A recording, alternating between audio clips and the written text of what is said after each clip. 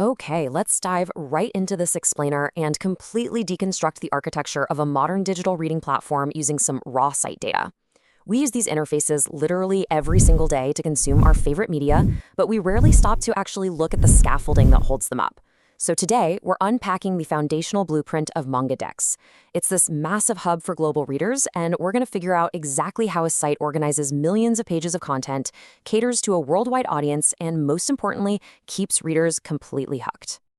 To make sense of this massive UI blueprint, we'll break it down into 5 key pillars. We've got Section 1, Welcome to the Platform, Section 2, the core reading experience, Section 3, a global localization effort, Section 4, customizing the interface, and finally, Section 5, community and infrastructure. Kicking things off with Section 1, Welcome to the Platform. Let's talk about navigating the digital library. The navigation menu reveals a platform that is honestly built for obsession. It offers everything an avid reader needs to curate their digital library. You've got meticulously tracked custom MD lists and follows, so you never miss an update, but it also balances all that strict organization with pure discovery.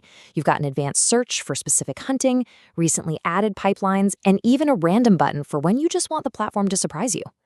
And that brings us right to our specific destination. The very first chapter of a title called You're the Only One I Can See, uploaded directly by community user groups like Stonescape.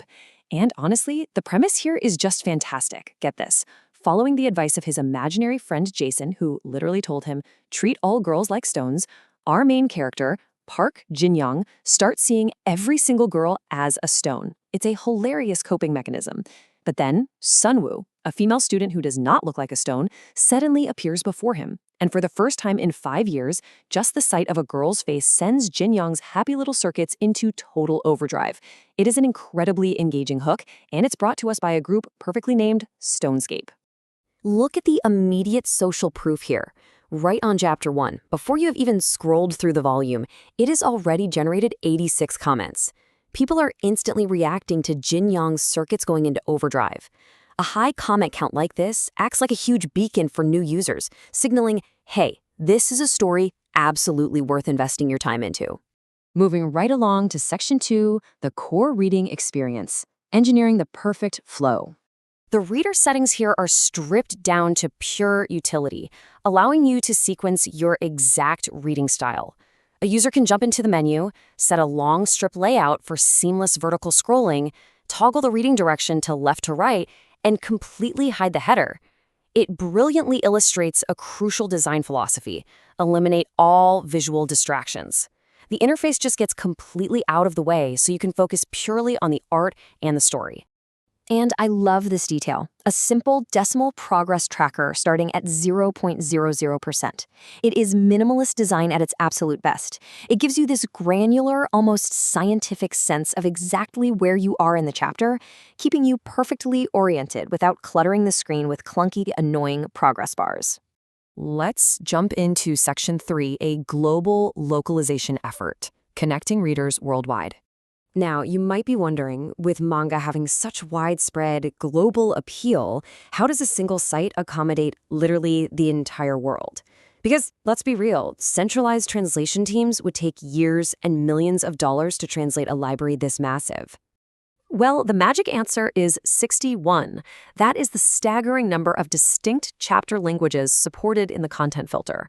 Looking at the raw data, users can filter chapters in everything from Afrikaans and Albanian to Uzbek and Vietnamese. It's just a massive, beautiful linguistic web.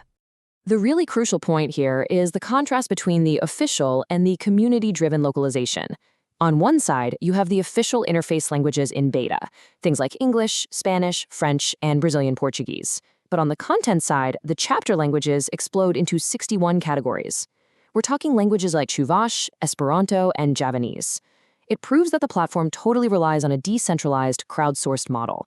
The community itself translates the content, which makes the whole ecosystem exponentially more robust than if it relied on corporate translation alone.